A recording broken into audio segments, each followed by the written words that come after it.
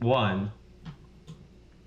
All right, we're here. We made it It's after on. six Go and a half years. go ahead, host Joe. Yeah, Yeah, welcome. Joe's hosting, huh? That's unfortunate.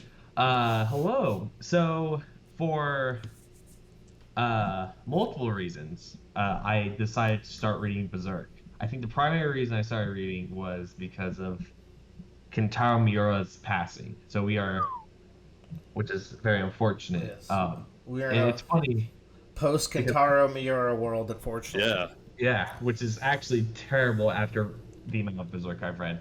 Um, and it's really funny because like I originally told Bradley a long time ago is that I will read Berserk when I know it will finish.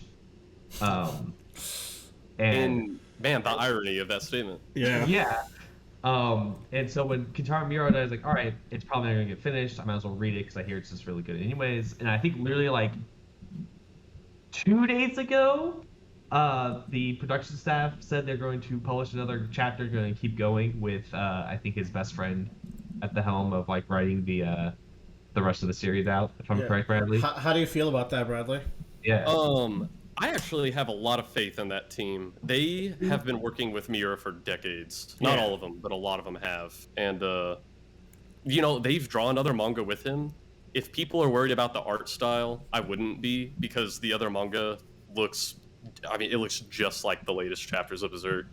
And And I mean, look, like even if it's not like as good as Miura would draw it, like Yeah. I'm just happy to see the tidbits of story and like because he's left out I think some fleshed out stuff, some not so fleshed out stuff. I just want to see like where this goes, and it gives me a lot more hope to keep reading because when Joe started reading, I was like, I mean, I'll join you, I'll pick it back up again, but it's a little disheartening that there's straight up not going to be an ending, and I know that the last release chapter was a massive cliffhanger.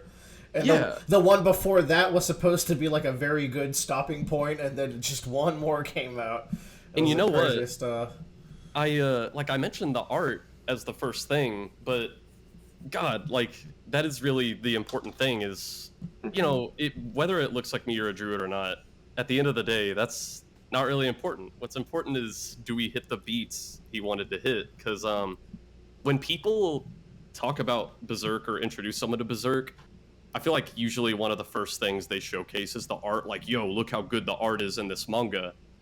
And there's some incredible art, but that's, despite having this incredible art, that's not why you read it. You know? A lot of manga has incredible art. We were just talking Yeah. to Tyler about One Punch Man. I was like, yep, that's good art, all right. Yeah, if you want to talk about incredible art, One Punch Man is like at the top tier, but yeah, I'm not that's- reading it, am I? What's always seemed interesting to me is like how much people revere the story beats of Berserk, and Joe is showing some pages right now. This is some Resident Evil shit. I just want to point that out. That's all I could think of when I was reading this section. Y'all, so for the readers who can't see, Joe got the Berserk Deluxe Edition volumes, which I also have next to me. They're huge, they're thick, they're super high quality, they look awesome, and Joe's is Omega annotated out of all sides. There's like orange sticky notes sticking out. Yeah, so to go through my method of madness here, the top three notes here are like story beats or just kind of like things that I notice that are happening story or character wise. They're going on.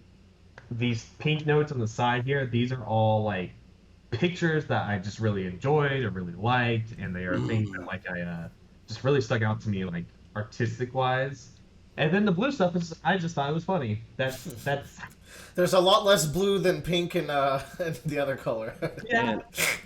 I think the next time I read something physical, I want to do that. Yeah, that would have been nice. It's funny how much we improve in ideas over time. It's like I wish we had thought of that when we were doing other projects. Yeah, that looks so Cool. handy. And also, I feel like in a few years, it would just be fun to reread that and like read your thoughts from the time. Yeah, and then also on some of these pages, I have sticky notes like on the page that's pointing to something out to just be more specific. We're not going to go through all of these. That'd be impossible. 12 million hours, but these are just here for me to like that. Like I just like scan through all of them, just to, like double check what I was thinking at the time and like referencing. There are some stuff that I do want to talk about, but like I don't want us to be here for like an hour and a half like we usually are for our One Piece stuff. But But like the biggest surprise for Berserk for me actually are these blue spots here. Um, because going into Berserk, it's very much like told like it's a very dark manga. It's like the king of dark fantasy. It's what it's like it influences Dark Souls. It influences just any kind of like big sword boy that you see. It's like it's basically based off of Berserk. Like It it's influences like the entire seinen genre. yeah. And so I always came in with the perception that Berserk was very much like drab, very sad all the time. But funny enough, there's a lot of really good, just humorous moments, and I think Mira. That's one of Mira's strengths is that he does a good job of breaking up the dark and the gray with some like a little bit of light flare here and there. Some of it Yeah. always not like hitting off as much as you can, but there's enough of a reprieve that you don't get bogged down in your reading. You feel like, man, I just want to kill myself. With the exception of like maybe one section during the entirety of the run, but that's there for a reason. Uh, but no, I like Berserk coming into it. Like I had very high expectations, and they've kind of been blown out of the water every time. And, and so, So did you mention that? Man, I want to shout out Super Eye Patch Wolf yeah, for because he's done a lot of talking about Berserk, and Mira's passing prompted him to kind of make another video to talk about what's beautiful about the story, and I think he at a time when we didn't know whether Berserk would continue, he kind of gave a perspective on why Berserk not continuing, might have actually been a really good and happy thing for Mira. Yeah, to add on to that, he with the news of the update, he tweeted that like, you know what, like we have the Berserk we have, and that can't be taken away from us. But I'm gonna Yeah. be supportive and like still read, and like he's gonna treat the rest of Berserk as its new thing, Yeah. and I think that's a healthy way to look at it. He's really good at man, he's just really good at talking about what he likes. For example, the Indeed. biggest break I ever had in my Hunter x Hunter watch through. I hadn't watched an episode in a few months because it was after I think Gone and what's her name went on that date, and I was like, "How are we doing this?" But then I rewatched his "Why You Should Watch Hunter x Hunter" video, and I was like, "Damn, he's right. I should pop that thing open." There's a certain beauty to people sharing what they like in a cool Yeah. way, and really making you look at it differently. That is a skill that I always want to improve at, which is like that's my micro goal with this podcast is just always Yeah. get better at talking about what I like and making people appreciate media better. It feels good. Yeah. yeah. All right, we're gonna get started here. I want to start off with the first thing that Bradley always likes to mention whenever we read something, which is the first fucking page of the series. And boy, What a does it page! hurt. That's all she wrote, folks. Yeah, like you like it's and I think this is one thing to point out that like has been mentioned to me multiple times is that like the Black Swordsman arc is really like a prototype of Berserk almost. Like it's very Yeah. much it's like Mira was going through a phase almost and was just like I want to be like Fist of the North Star, and so he really emulated that style of just like a rough guy going through like this dreadful world with a big sword and just kind of like killing dudes. Yeah, And there's nothing wrong with that. But what I think is even more impressive is the way that he ties his story back around to recontextualize this entire arc, which I think makes the arc brilliant, even though it wasn't started off that way. God, that is Um, brilliant. How do you retroactively make a debatably shitty arc incredible? Yeah, like that's the crazy thing. Um, so the Black Swordsman arc, like I think like the biggest thing about it is just it's so important to conceptualize where Guts is like in the present timeline and just what he's dealing with constantly and what the world itself is dealing with. Um, so I think it's just a really cool way of like starting in media res, not explaining what this world is, and just kind of like you have to accept this is how life is here. This is how shitty it is, and how like Guts can just walk into a tavern and cut a dude in half and just almost kind of get away with it. It's kind of what you expected when you start reading Berserk, when you hear Yeah, about this super I grim actually dark read it, like story. a long time ago. I should mention, like back when I was a freshman in like college, and I was like, this shit's dumb. It's just a dude with a big sword killing people. Which it is. Sometimes I still feel that way, but then it's quickly Yeah. alleviated. Yeah. I had the exact same experience as Joe. I actually tried to read it really early on, and I read the Black Swordsman arc, and I was like, I don't know what's happening, and I don't really like this. And then years later, Ryan showed me the movie adaptations, and I was like, holy fuck, I gotta read this. Good old Bradley needs to be spoiled first before he can really It's enjoy true. something. It's true. Uh-huh. I do want to point out that there are some things that like that just were kind of like put at the very beginning that Miura ends up like incorporating more, like the guts is "Don't touch me" kind of thing. That's mentioned in chapter 1 of this entire series, and so Really? That's in chapter one? that's in chapter 1. It's when Guts is in the dungeon after getting tortured. It was Um, always there. it was always there. Also, the fetus baby was in chapter 1. That's crazy to me. That And is a really crazy thing. so with Guts, I should say now that like I have less to say in this video, and I probably won't say much. I'll say more for the Golden Age. There you go. I'll pick up more at the Elf arc because that's where I started my most recent read through. But we were discussing like, oh, how much did he plan with that baby? And I imagine like he had some sense of like this is some demon of Guts past coming to get him. As for the touching thing, I feel like that's even looser, where like it might have just been Guts edginess that then gets recontextualized later. Yeah. I could see that. It could totally be a line that just works in Yeah. retrospect, you know? Yeah. And I think you're right there. But I think that like but that also plays into Miro's like writing strength is that like he's able to take this like nugget that like he just puts there and it's like, all right, I'm gonna put it there, but I don't know what's gonna be later. And then when he decides that like I'm gonna take this character in a different direction, how do I reincorporate these things I've already introduced? And I think he does it really, really well. So I think it's just it is a strength to like not only plan things ahead, but being able to written down what you've done and being able to recontextualize it later down the line without like ruining other parts of your story, which I think he does really, really well. I didn't mark this page. I don't know why, but like this figure of Guts with the one eye comes up a lot. And I really, really like it. It's very demonic mode of him. In fact, that it comes out in like page 1 or chapter 1 is absolutely kind of crazy.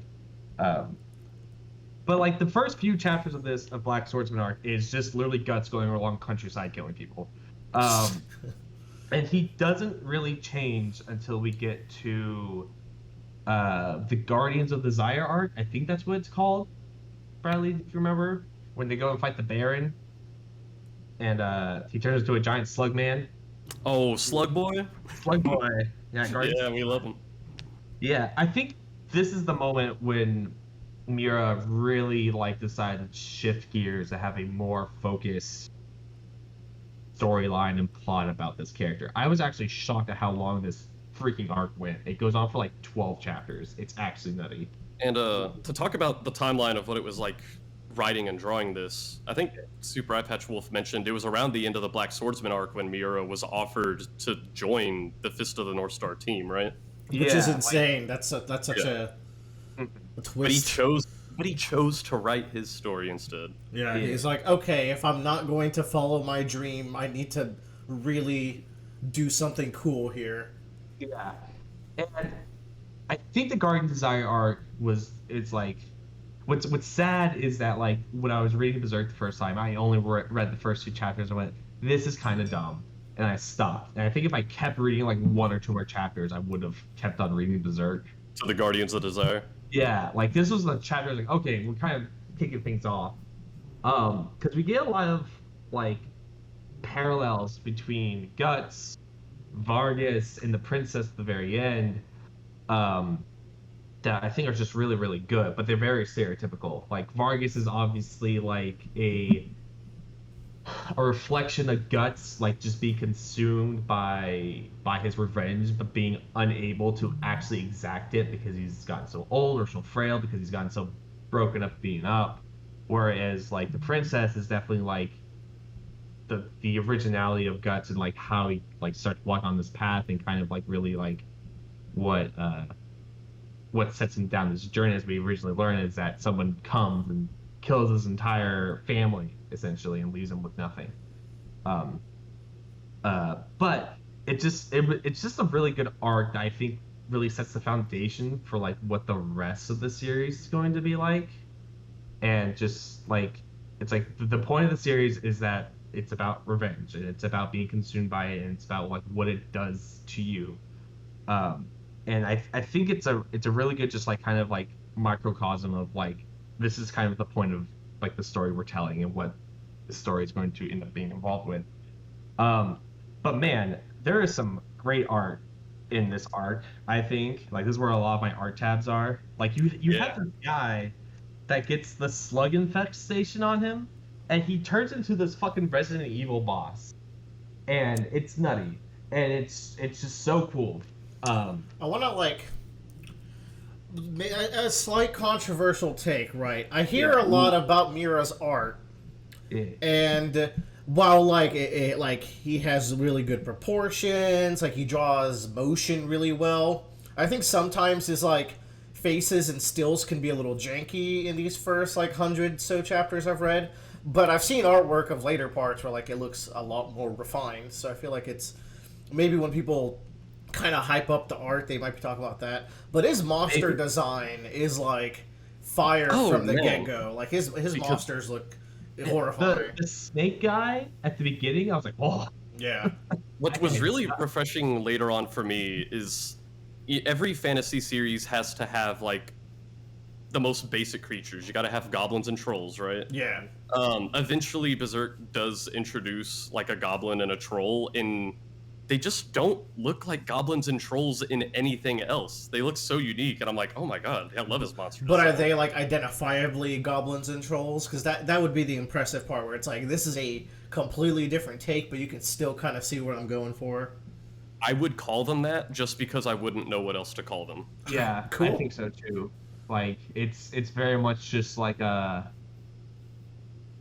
I don't feel nearly as much as that with Bradley, but I do get the sense of like, yeah, that's a troll. That's Yeah. like, but like if you showed me that troll, I'd be like, that's a Berserk troll. That's not like a troll from any other like generic fantasy Yeah. thing. That thing's from Berserk. Um, and I think that's what really makes it stick out and stand out.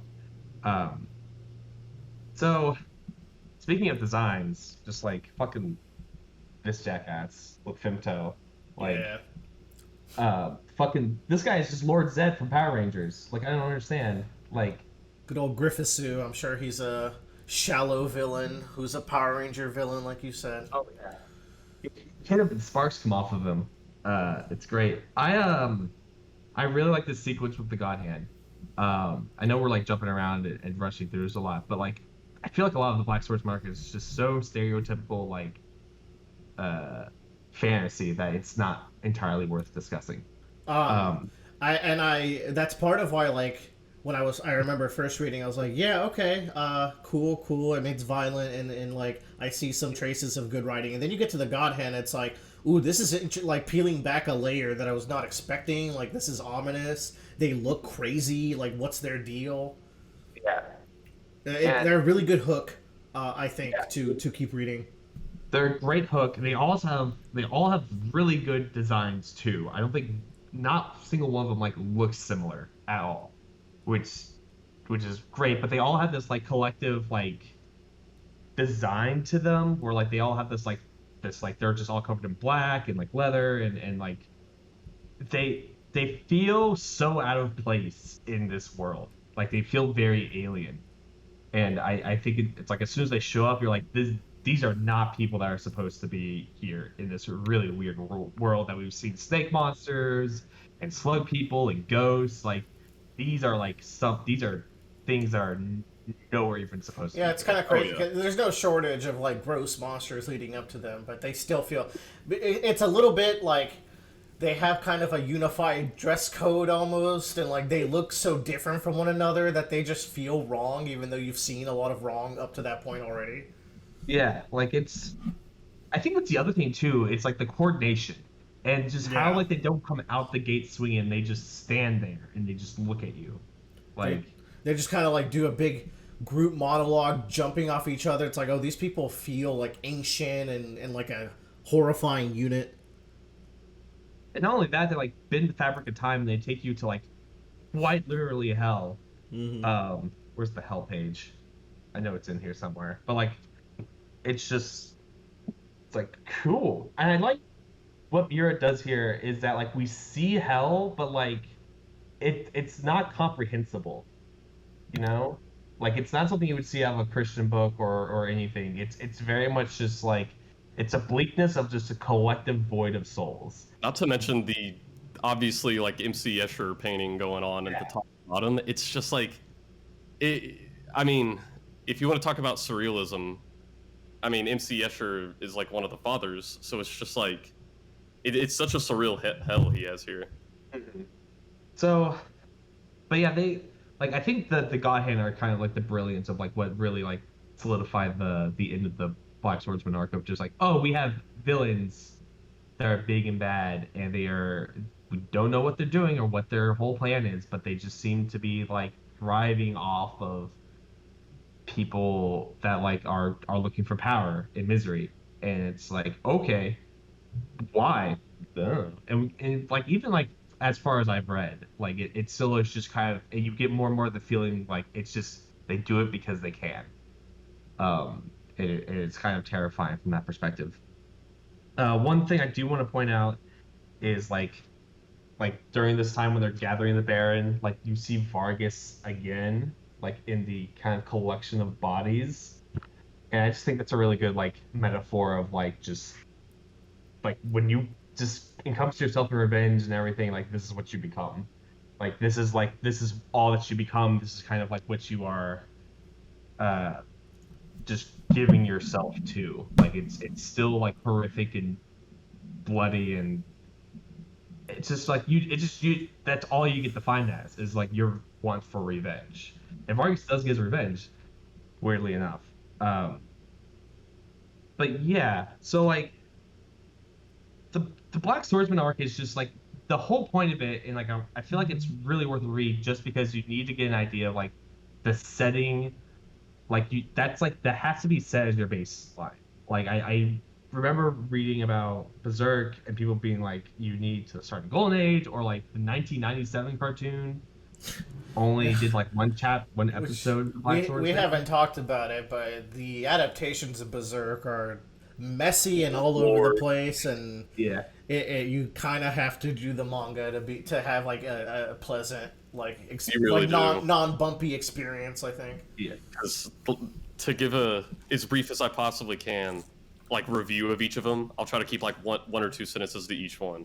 The 97 is probably as faithful as possible to like the actual events and dialogue that happens, but it's like watching a PowerPoint presentation. It's like a slideshow. They'll do one, they'll draw a very beautiful frame, but they'll just keep that frame up there for like 10 seconds while people talk. The movies, I think, are just great. I think they're awesome. There's a few times the CGI looks poo-poo, but I would recommend them. Everyone knows the newest Berserk adaptation is just ass. Never watched it. It looks so ugly. What parts does that even cover? Because I know it starts like. Oh, it starts at a weird spot too. I think the very first episode. God, is the first episode? They skip the Elf arc. the Right? Lost Children arc. It starts on the conviction arc with Yeah. what's her name? The girl. Yeah. Farnese. Farnese. Okay. Which like you got to clap them on the back for deciding not to adapt the Golden Age for the millionth I time, guess, but yeah. it also is a weird spot to start. Yeah, it's a yeah, it's a weird. That just sucks. And the thing is, like, what doesn't help Berserk is the content of Berserk. Like imagine going to a pitch meeting. It's like, oh, we have this great story about knights, blah blah, and then like in the climax of the first like major like saga of this arc is the hero loses and everyone dies or gets raped, and it's like, what? It's like, yeah, we won't fully animate that too. It's like Ship it. yeah, it's just, so, but the Black Swordsman arc, I think, is like really necessary to really understand like like kind of like where you need to like see where Guts is going to show up, because I think it's the greatest use of dramatic irony in like a manga I've read, because throughout the rest of the Golden Age, you are aware of where Guts is going to be in his life when we get back here, right? Like it's like you're like, oh, like no matter what I see, it's going to be shit at some point, and I just don't know how that's going to happen. What could possibly cause this? And you get some glimpses for sure with like Griffith and Femto and whatever. Um, when the Golden Age starts, it really does seem like Miura is like restarting himself, not just because we literally started like Guts' birth, but he also has to do the most edgiest thing again to start his story off. Like it starts off with a baby underneath a tree in a pool of blood that's almost getting left behind, and And it it's doesn't just get like, much better. Very like, yeah, Yeah. it stays like it stays drab until he meets the Band of the Hawk. For like, there's some moments of like maybe Guts had a little bit of warmth, and then like it's quickly taken away. So Yeah, Yeah. it's kind of funny because you mentioned like the circumstances of Guts' birth, and I was like, at least there's nowhere else to go but up. It can only get better from here. And then I was like, no, it just kind of No. gets worse. No, but like, so the Golden Age arc, it's weird because you would think that after suffering and like going through that like bleak landscape of the Black Swordsman arc, the Golden Age arc would start off like, oh, maybe like we start off a little bit lighthearted. It's like, no, Yeah. we're gonna start off with a baby born in blood and child rape, and it's just like, okay, all right, let's yeah, just keep it going. I mean, we can't. Unfortunately, I don't think we could just gloss over the child rape because it's like. Yeah. But It's we should have probably opened up. The Berserk gets into some dark topics, and like about 70% of the time, it is rape related. yeah. And Yeah. you have to like start seeing a pattern here, and it's like, what's Mira trying to say with all that? Because it's like, it's nearly gratuitous to a certain degree, and like, and I want to see how you guys rationalize these aspects, because as far as I've read, it's like, oh my god, we're still doing like rape plot lines in the Farnese arc, and like, and the Lost Children arc has like elements of that. It's like, oh my god, okay, like this is And that's- a huge theme of the story, and I want to make sense of it. Yeah, and because obviously this is central to Guts' character. Yeah. He didn't have a good childhood. You could point to a million things and say that's a childhood trauma, but that is Guts' childhood trauma. It haunts him forever. And other characters go through similar things, like Casca. And do y'all say Casca or Casca? I guess it doesn't Casca. matter. I've But, always heard Casca. Yeah, and I don't know. It's interesting to see how they handle things the same way and how both of these people ended up at Griffith. Now, Willer, I will say later on, while I do kind of stand by, it is like a kind of a central theme in the story, and I think there is something to be gained from seeing how different characters, react to such a horrible thing. I do think he gets a little carried away with it sometimes. Oh my god. Really? There's no way. You know what? And you know what? I think the horse is where the line is drawn. Jesus Christ. I mean, Like, we'll talk about our horse later. Before we move on to the rape, I just want to point out, because this is one of my favorite spreads that Mira does. And something that Mira does during the Golden Age arc that I came to realize I really, really like is that when a battle is taking place, he kind of does what Oda does, but he gives you a sense of scale of what the battle that's participating in is going to happen in. Like, you get an idea of like where they are and like what the landscape is like, what the environment is like. Always you get this nice appreciated. overhead Yeah. shot of like what the situation is. And I really like that because it helps contextualize, and like things that get really lost in like a battlefield of like, where is this person? How far away are these people? What's the distance between point A and point B? So it's a really good job of just being like, here's the sense of like what's going to happen and get an idea of like how close or how short that something is. But yeah, like when it comes to the rape, I to me like it's a big point of like loss of control in destiny. Like it's like it's someone taking the hands your decision making and your choice and taking it away from you. And I think that's like a big part of Berserk as well, where it's like that there are times where multiple characters are like their biggest thing is like they didn't have a choice no matter what was going on in their life, and they are forced into a position that they have to do something, or they are being forced into like doing something. Yeah, Um, which not to take away from what you're saying, but that I really think it's important to hit on that because it is important later on. Because a big part of the story, at least, actually, I don't know how big a part of the story is it where the God Hand, particularly Void, like to go on about how things are set in stone. Sometimes you need to accept your lot in life. There's causality. Griffith is just destined to rule, and obviously, they're astounded that Guts does not accept that and defies that. Which I don't think that kind of ties into what you're saying here, where this act that happened to Guts is like the ultimate form of taking away someone's, you know, free will there. it's yeah, and part of it is also innocence, like, but I feel like there's a section later in life, or later in the story where it doesn't involve rape, but a character is put in a position where like there's no choice left for him what he can do in his life, and and then he makes a very drastic decision that changes everybody else's life forever. Um, Is this and Griffith we're talking about? yeah, like it's a Yeah. very he comes to a realization of like what his life will be like if he does not make a choice. Um, but I think the rape is definitely like the idea of a loss of control and of like destiny being forced upon you, At and least like as far as like these first couple like yeah, hundred and so chapters, I do wish Yeah. like, and I do my hopes for the series is that Mira finds some other creative ways to maybe express that, and like there's already stuff like Guts. He's lost his ability to be like peaceful at night.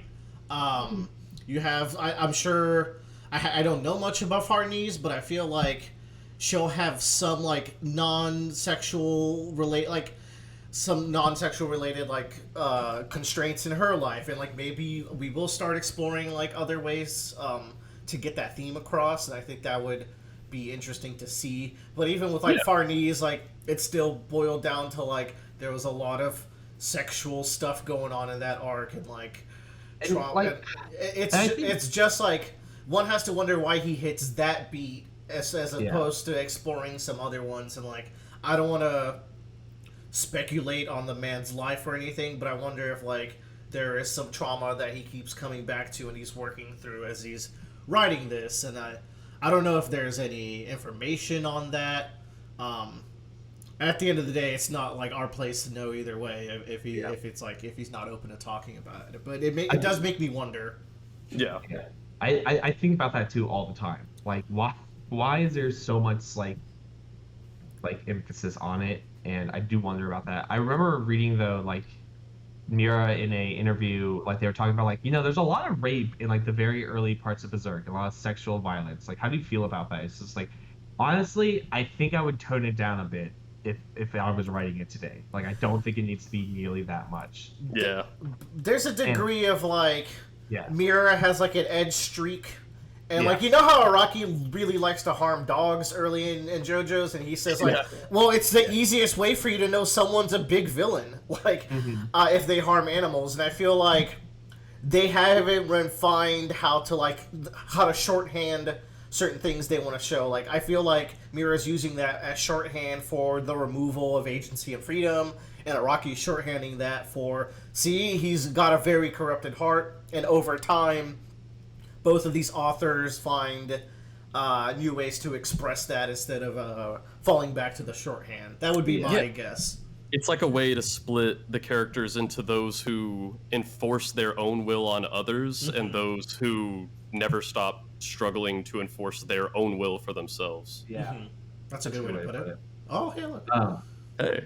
So speaking of putting their wills onto others, Bradley, what Yes. do you think of Gambino? I mean, is there really anything to think of him other than he's a piece of shit?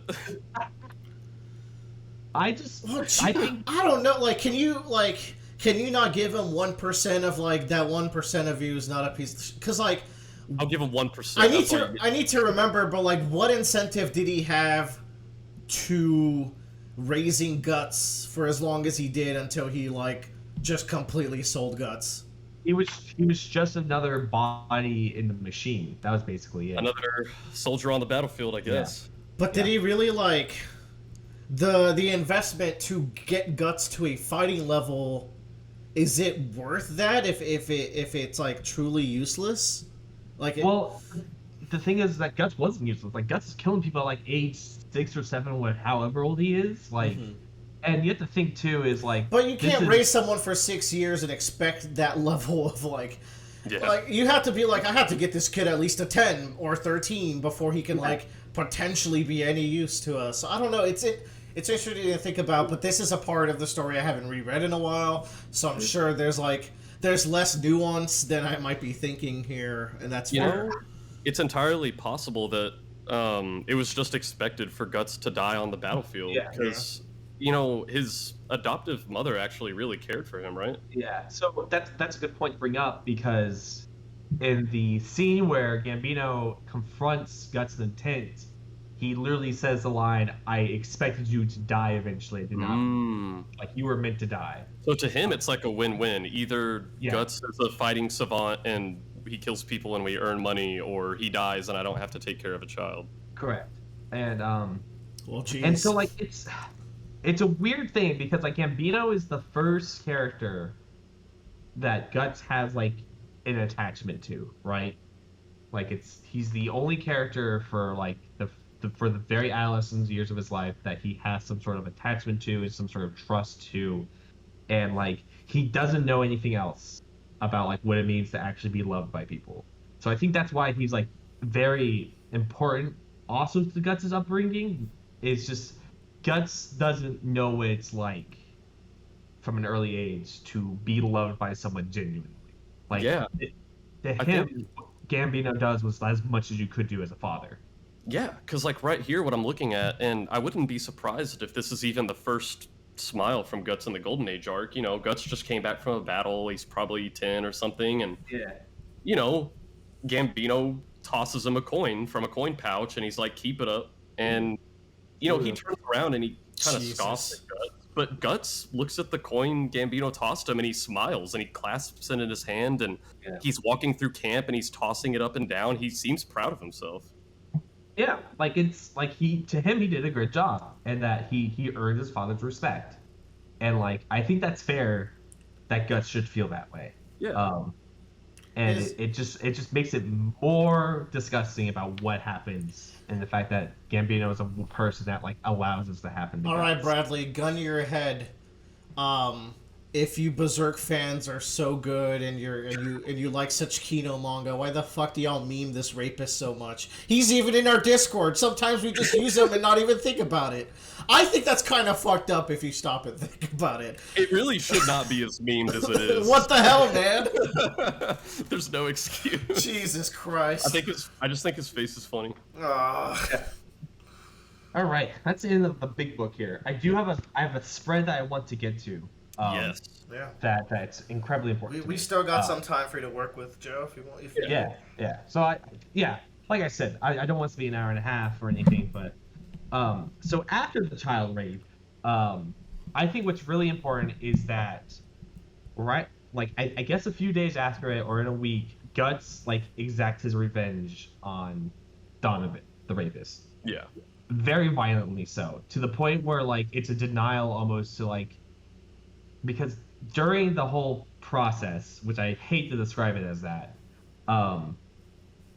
it's mentioned that Gambino is the person that sold Guts out to him, and so for Guts to do that, it's almost like creating that like traumatic like locking away. Like, no, my father's an actual good person. I refuse to let him say any more bad things or try to like frame him in such a way to me.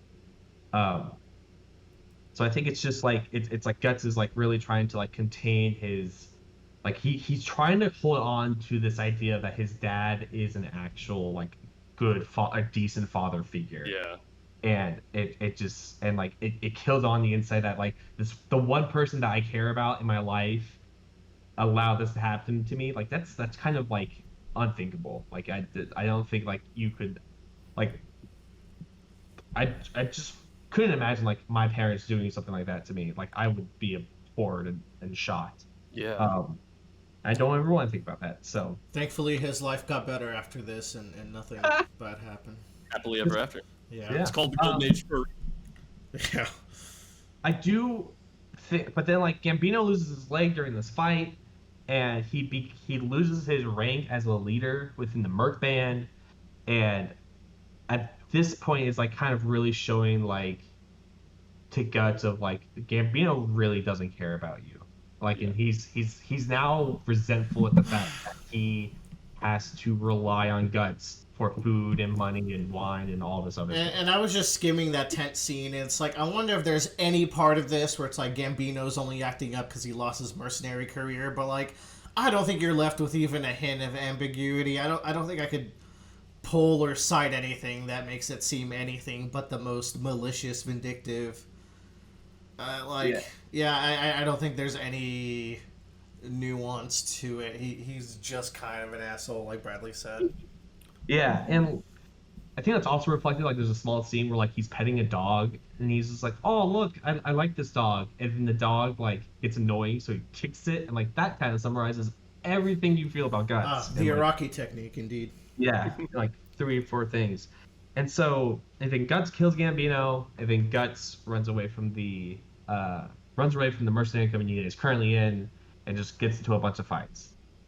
One thing I want to point out is like during this entire segment, it's mentioned to Guts multiple times that you should have died. Um, I think that's really interesting as a theme of like of if we're talking about destiny, that comes up a lot later. Like uh, if Griffith is the character that is destined to rule, Guts is like kind of been marked to be the person to die. Like he is destined to be dead, but he keeps defying it ever since his birth. So that's an interesting, like, kind of running theme for Guts throughout the entirety of this story, including to a part where like he gets to a fight of wolves, and he is just like casually killing them out of like instinct to survive. It's like he's like, I want to roll over and die, but my body is just like autonomously like moving to kill these wolves out of just instinct of like That's just a cool being, sequence because it's like, yeah. for all intents and purposes, I should die, and I want to die right now. But I'm a survivor. That's kind of like Guts is called like the struggler, right? Like he's just gonna keep moving on. It's what he does. Once again, like this spread of just I just all the battle artwork of like the large scale battles, I love the artwork he draws. I think they're so cool and there's so much going on to them, but like you can see clearly like what the tactics are, what the defense is like, what the struggle is like, what the issues and opportunities are happening. I just think he's so good in doing this type of shit. I want to talk about now's a good time as any. Like how do we feel about Berserk combat in relation to like other manga, for example? Because it's like it's weighty, and I like that. And there's a little bit of strategy here and there, but there's also like just a lot of fighting, like mooks in different armor with different weapons.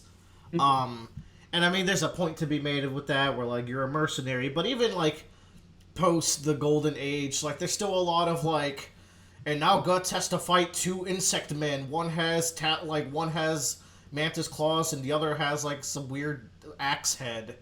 I feel like it's like not the most creative combat. Yeah, And because there is something really satisfying to seeing that wind up of the giant sword on one panel and the deliverance on the next page. yeah. But at the same time, there's only so many times you can get that huge slash before, you kind of get desensitized. And maybe unjustifiably, the first time I read this, and I was like, man, I'm really enjoying the writing of the Golden Age arc, but like, it is a lot of action. I wish the series had a little more magic and little more magic and a little more supernatural elements to kind of spice up the combat a little bit. And like when Zod gets introduced, that was like really hype because it's like, okay, no, it's like it's getting reintroduced into the story. Like this might go somewhere, and we'll see when we get there.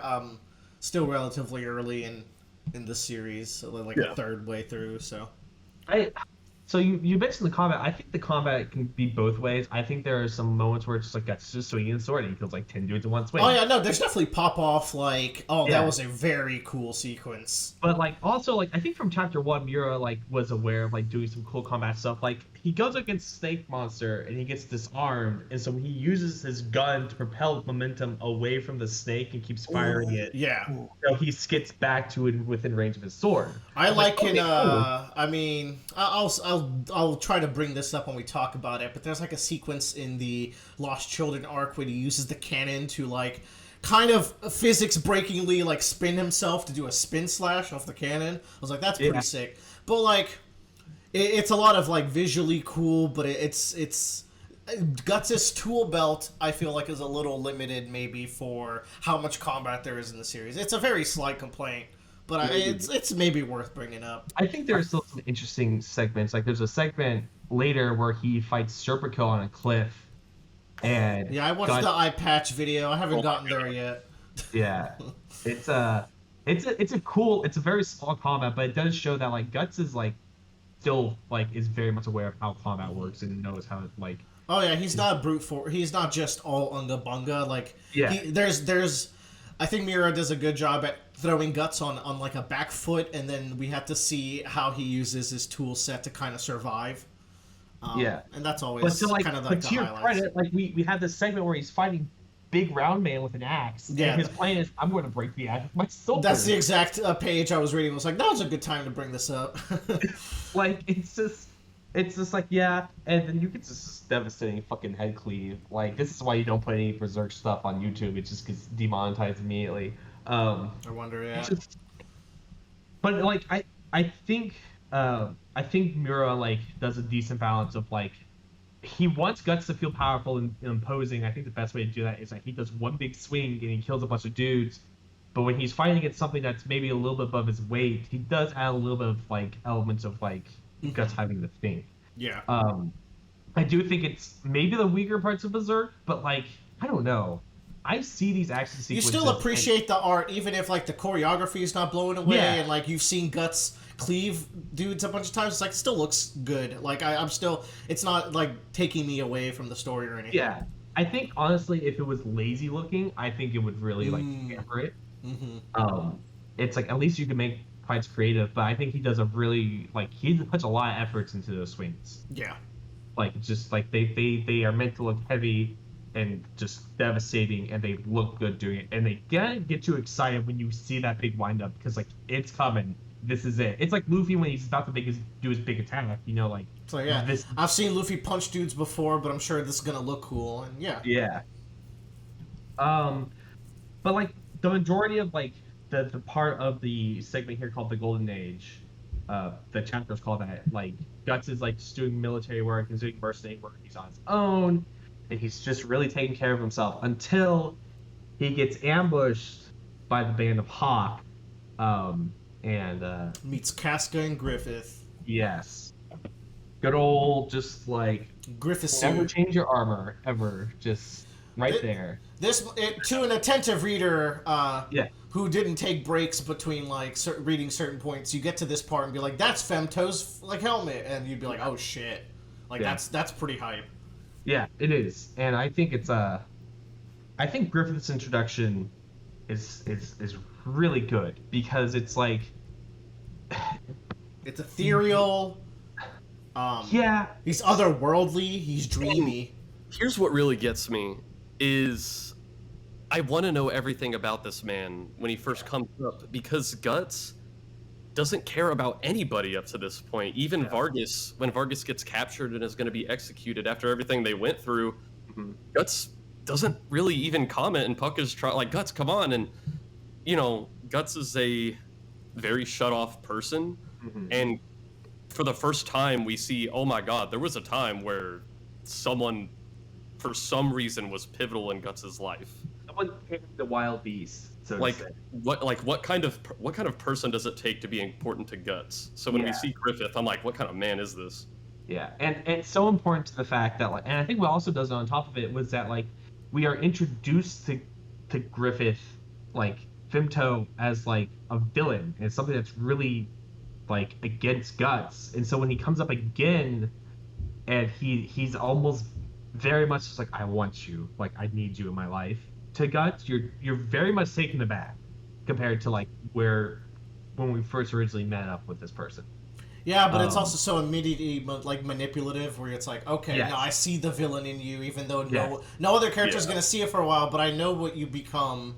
yeah. You just I can't think you can't imagine like how mhm. bad it is for him to become that person. I think that's the cool I think part. like there's no better way to like show that than like this panel Yeah. with this like spread.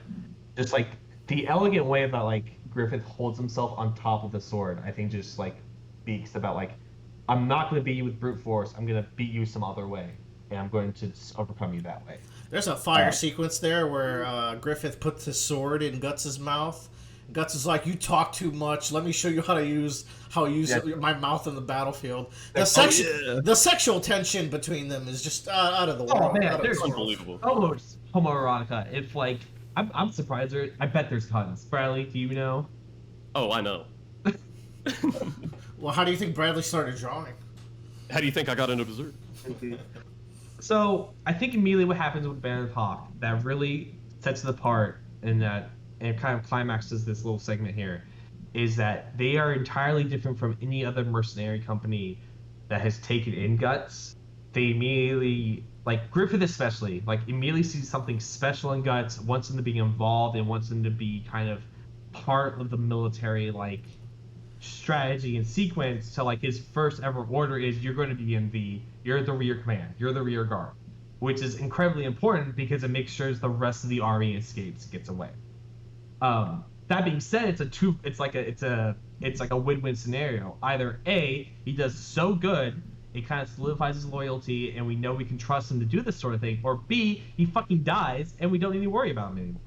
So like it really is just like kind of like that manipulative sort of thing with Griffith of like I'm going to give you this task, but secretly if you fail at it, it doesn't really ruin anything that I'm And I already guess working on. there's some good irony there, where like Yeah. he sees something in them that Gambino didn't give him, yet they utilize him the same way. Where it's like it's a win-win. Either I use you or you die. Yeah. And they're both doing the same thing, but like Griffith can disguise it so well, and like, I mean, disguise is a strong word because I felt that like Griffith still cares about Guts. Yeah.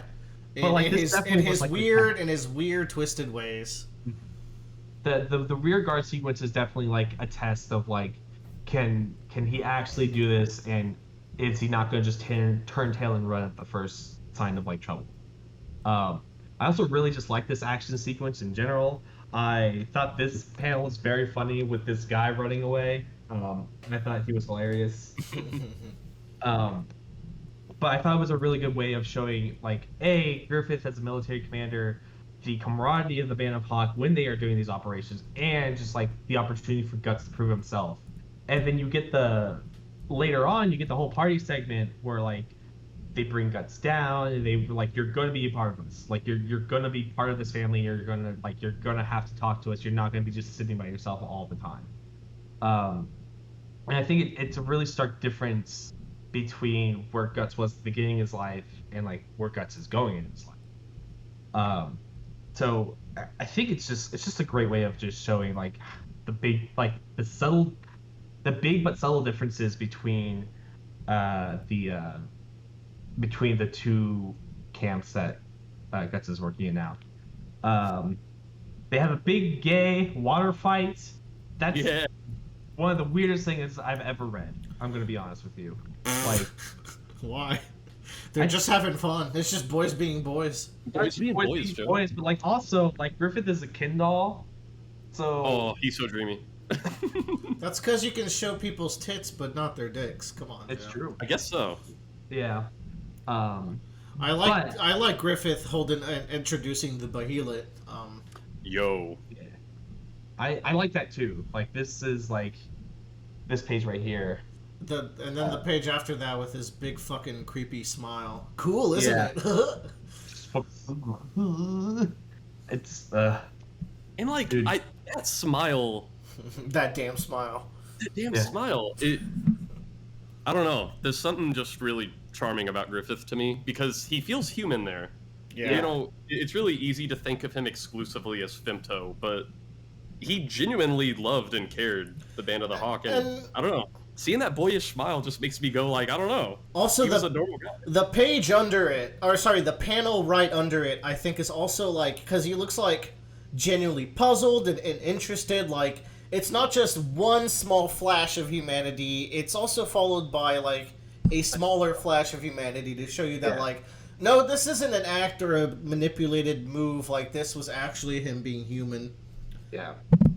And I think Griffith has just done so well in like setting it up of just like this is a human being who wants more and has an ulterior motives for a lot of things, but like he is still a human being. There are still moments of like that humanity in him. But the most important part of this gay little water fight is that Griffith kind of speaks his dream and really is like the inspiration for Guts of like, and I think that's really interesting because compared to Gambino, Gambino was very much just like we're gonna make money so we can eat, drink wine, and have a woman. Like that was like his whole like life's philosophy basically, based on what we saw. Based. Yeah. But Griffith immediately comes off like we have a bigger plan in mind, and you are a part of it.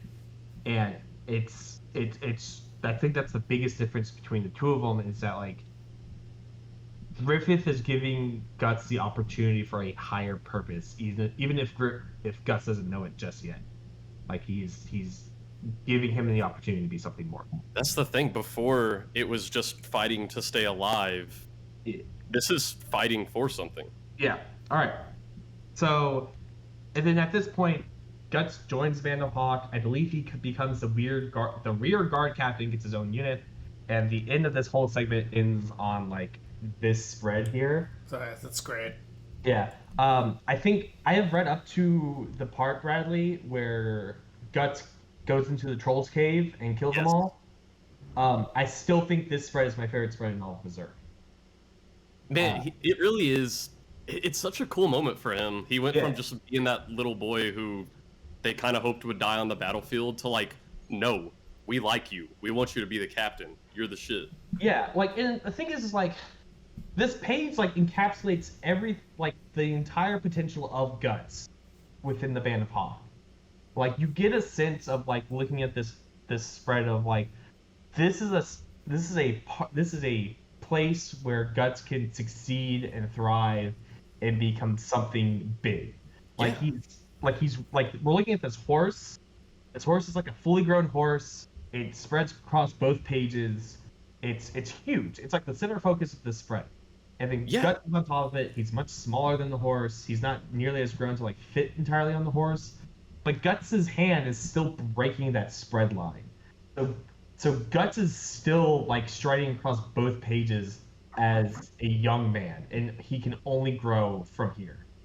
Yeah. I really like this page because to me it feels like the first time that I'm not looking at a struggler. Yeah.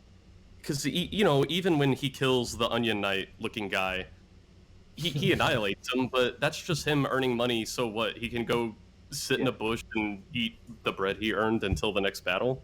But I look at this and like I'm like he has achieved something, and he's only going to keep achieving more. From struggler to thriver. I think Mira's really good at like doing like the symbolic shots like this, where it's like, yeah, like you really encapsulated like what the story's built up to with just like this image like that. That's a very striking visual. Speaking of striking visuals, we completely skipped over my favorite panel so far, which is Sad Guts at the end of the Black Swordsman arc. I think that panel alone, not alone, because I clearly we've gone over a bunch of reasons why we think there is merit in the Black Swordsman arc, but that is the panel that I was like, you can't skip this arc. You have to see that. And that panel showed me that there's more to this story that I have to like. There's a subtlety. There's a tenderness here that I have to like uncover. Like it is the mystery of Berserk. I want to dig through the edginess and get to like Yeah. these sweet moments. I think, yeah, and what's best and what's great about it is that it's the main character that you're interested in, and I think that's like really important.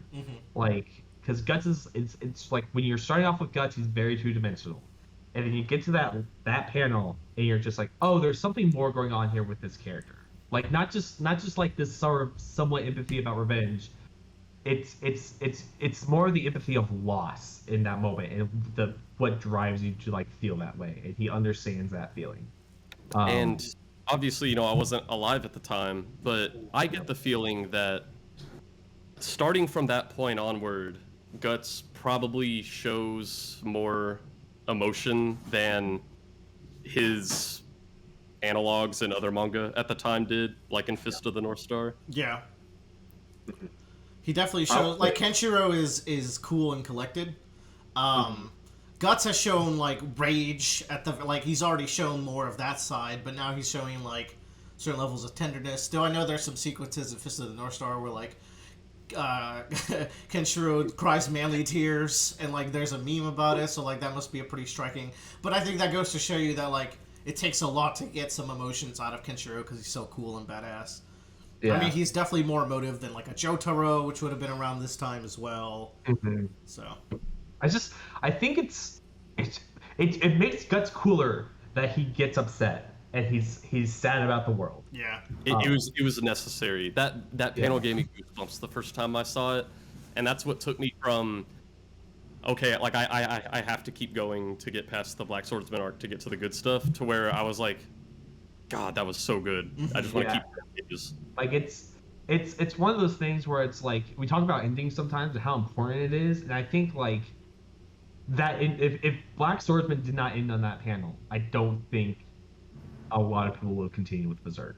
It was necessary. Yeah, it's just it does so much to Guts and kind of recontextualizes like, oh, This there's gets something to else him. going on. This get like this routine that he goes through where he just shows up and ruins everyone's life. Because at that moment, like that girl that he helped is like screaming at him for whatever reason. She's just upset that her life got upended. It's like, oh no, this journey he's going through, he slices and dices through it, but very slowly it's chipping away at this man, and that is intriguing. Yeah, he likes to act like he thrives in the violence, but no. Yeah. It very much is like slowly killing him on the inside. We didn't also mention like the biggest quote of the Black Swordsman arc, which is about his sword. It's like it wasn't a sword. It's a hunk of raw iron. Probably the most quoted line of the entire. And like manga. that definitely has a double meaning to it, right, Bradley? It doesn't just refer to his sword. It just also refers to Guts at this point of his life. Like, Ooh, I've actually. I wish I could be cool and say I've thought of that angle before, but I actually haven't. because it's like, especially in that Black Swordsman arc, he is just brute forcing his way through the solutions there, and for a good portion after that, when we get past the Golden Age, he's very much just like he doesn't have a plan to like what he wants to accomplish. He's just gonna keep like moving ahead as bluntly as possible. And so I think it's just like there's just like this sense of like there's no refinement, there is no like there's nothing refined there about him, but at the same time like I think he's just so deep and there's so much potential left in him that it could be shaped into something. I like that. That's poetic Joe and Mira. Yeah. But anyways, that's kind of all I wanted to get up to at this point. Good I progress. do want to hit one more element of the Black Swordsman arc. Yeah. Particularly just because it's something I want to keep an eye on as we keep doing these talks, because I think it is a huge part of the story. We mentioned either themes that are set up or events that happen you might want to look for parallels for, like for example a lot of characters going through the R word and stuff like that. Yeah.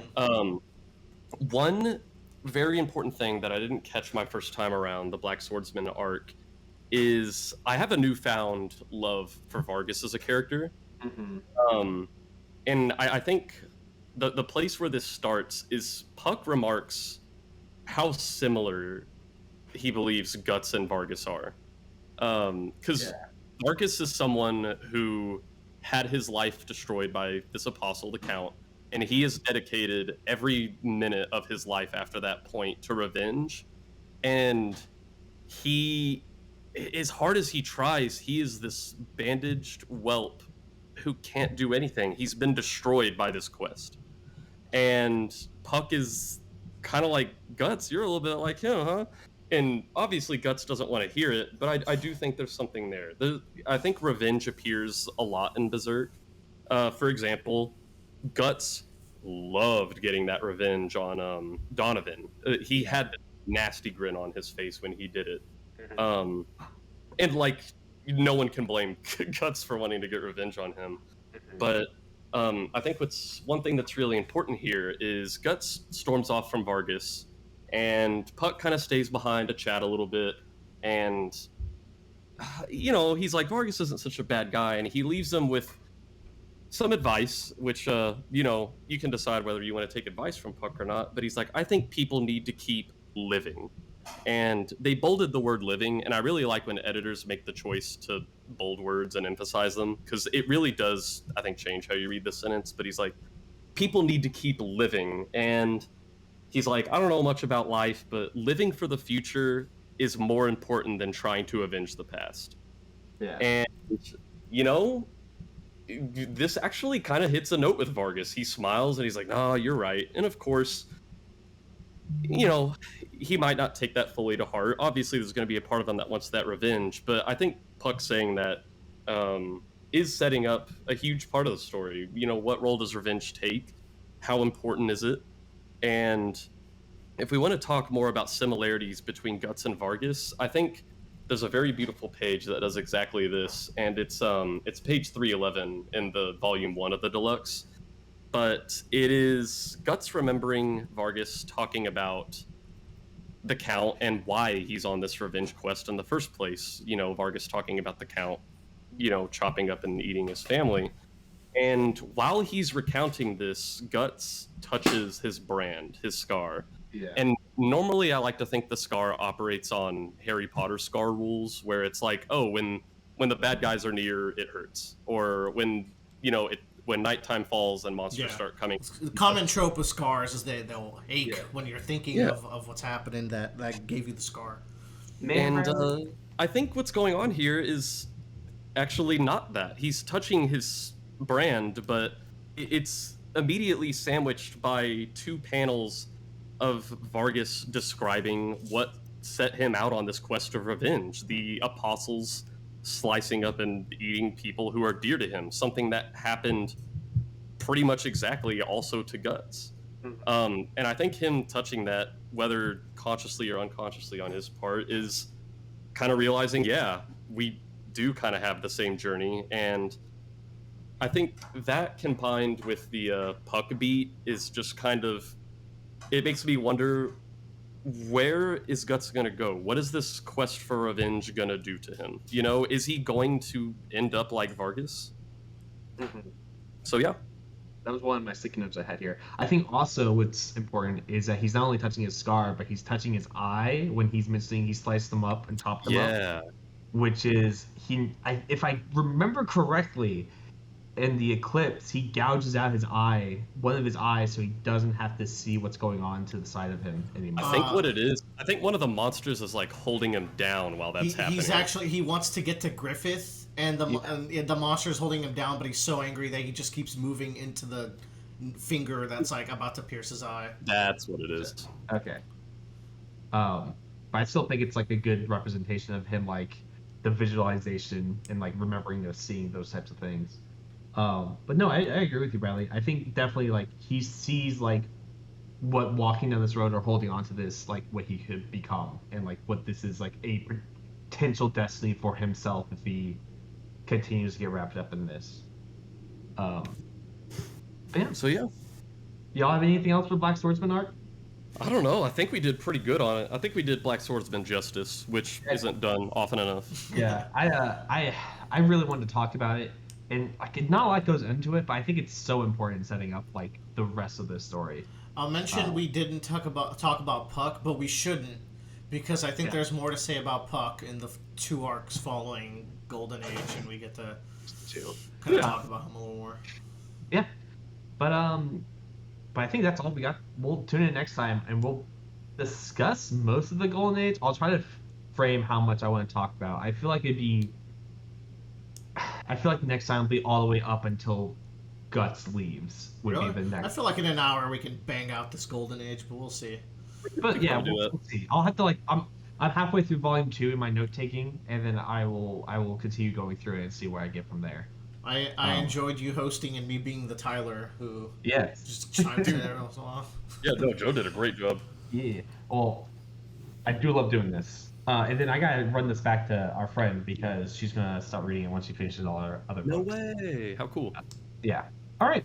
We'll see y'all next time. So see y'all later. Bye. Bye bye. Keep struggling, strugglers.